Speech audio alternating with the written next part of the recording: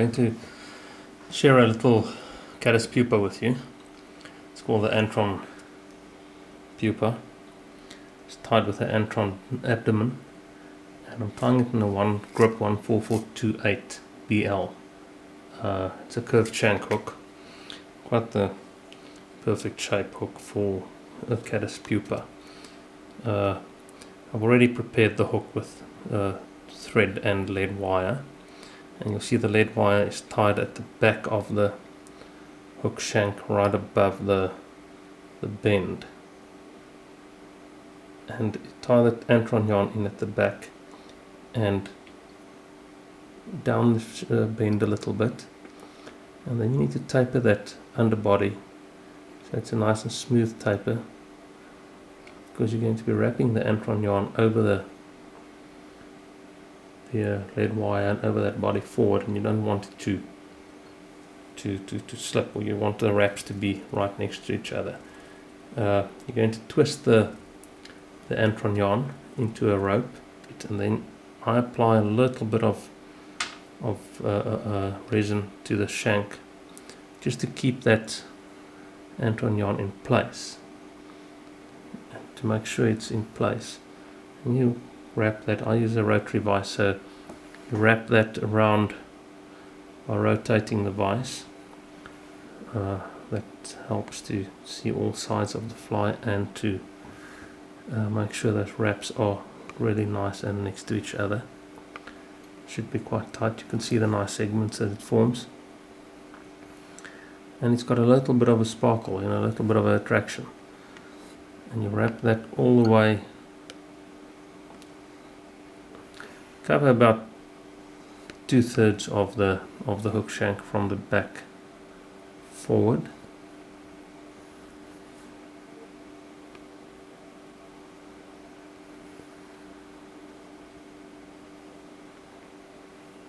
and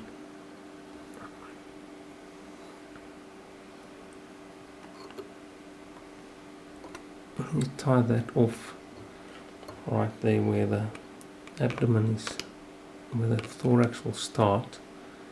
Perhaps go forward with that, go backwards with that, and tie the thread off. And we're going to tie the legs in, but the legs are probably the abdomen, thorax area at least, are probably the more complicated area.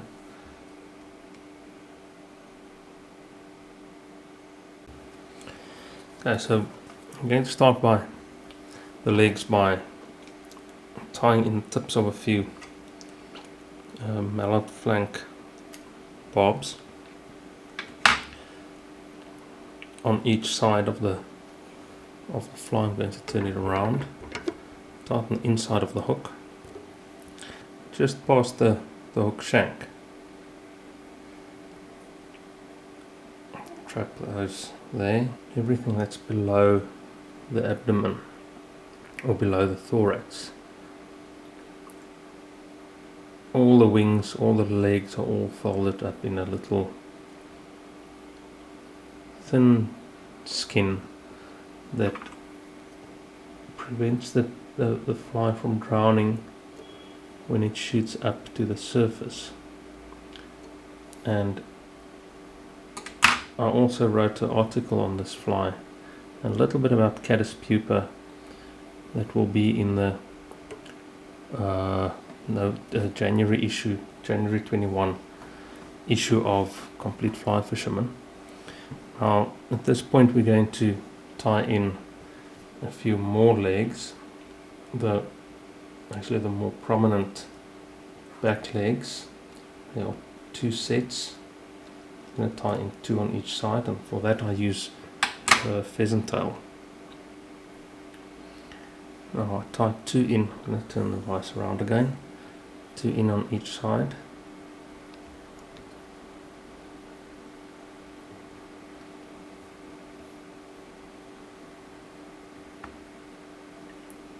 Same sort of length as the Mallard flank. And the sequence you tie these in, or you tie the thorax doesn't really matter. I think in the article I tied the soft hackle in first, where over here I tie the legs in first. Doesn't really matter which way you tie it in, as long as the proportions are right. Now for the thorax, the wing case, we're going to take a soft hackle, strip the stem and put that upside down on the hook, wrap that with a few wraps, not too tight, and pull that through the wraps to trap all the ends, and we're going to cut that off, the excess.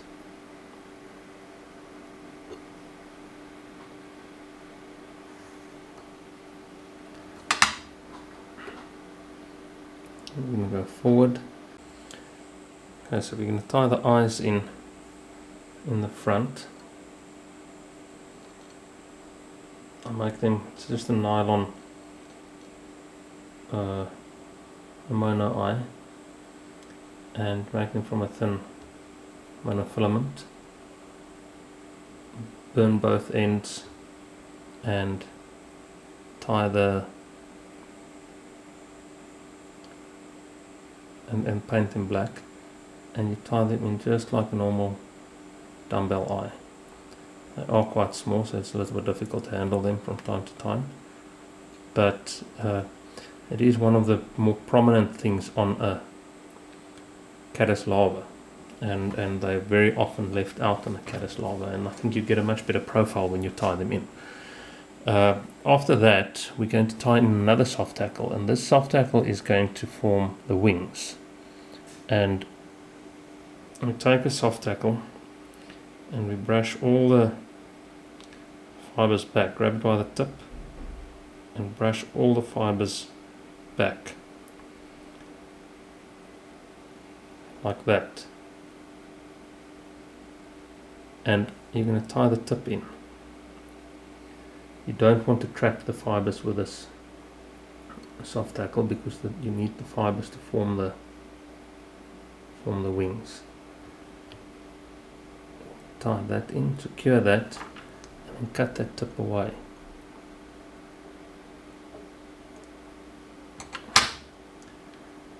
And make sure it is well secured, and then take the thread back. Now we're going to use a grip flashing nymph dubbing for the thorax, and I normally take the dubbing and I cut it a little bit finer. It is a coarse dubbing, but it's the right kind of dubbing for this step, and it just needs to be cut a little bit finer, so I always cut it a little bit finer. I'm going to split the thread, take a dubbing needle or sharp needle, and split the thread. There are techniques on splitting thread on my channel. I will also post some links below.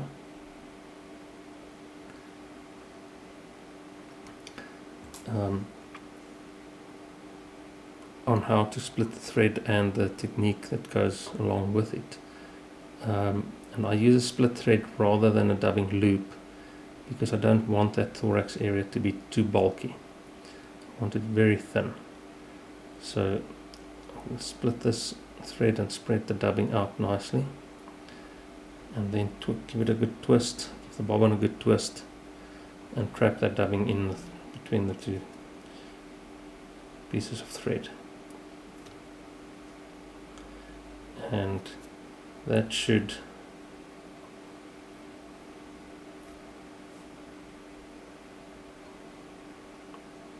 form a nice, or will form a nice thorax. There we go. We take that and we wrap that around the thorax area all the way forward. Very thin, bushy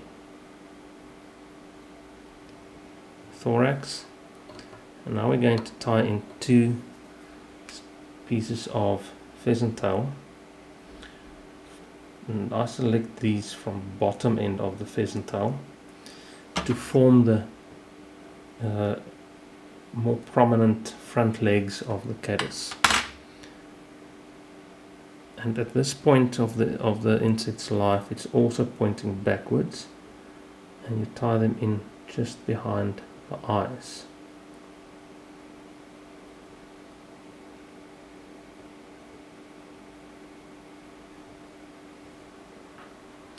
One on each side, and they can be tied in a little bit longer than the other legs, so they can go past those other legs, extend a little bit past them.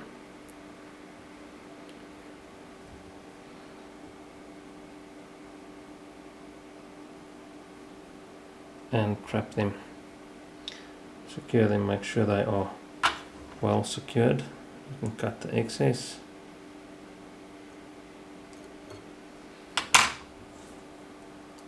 And make sure they are well secured. Now you're going to pull that hackle over from the back. Open the fibers there that you don't trap them all. And I'm going to tie that in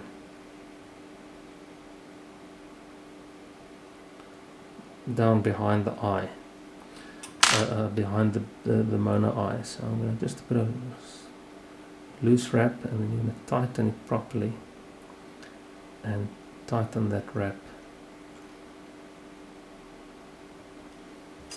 and then cut that excess off. Now at this point those fibers are pointing to the sides, and you want them actually to point down a little bit, and the technique that I use to get them to point down is UV resin. So I use a little bit of clear, I use a grip clear UV resin, the crystal clear. I take a little bit of resin on a dubbing needle, a small drop, and I pull the thorax, brush all those fibers down, and you put a little bit of resin on the top, and let that draw into the feather, and then you just cure it with a light, and that will help those legs to or wings to form to point down. They will, one that's not playing along, the resin will just keep it in position. And the last step is to take that other feather, pull that over, trap that behind the eyes with 2 or 3 wraps, and then go forward with a thread behind the eye of the hook and trap that feather there as well with 2 wraps, and then you cut that off.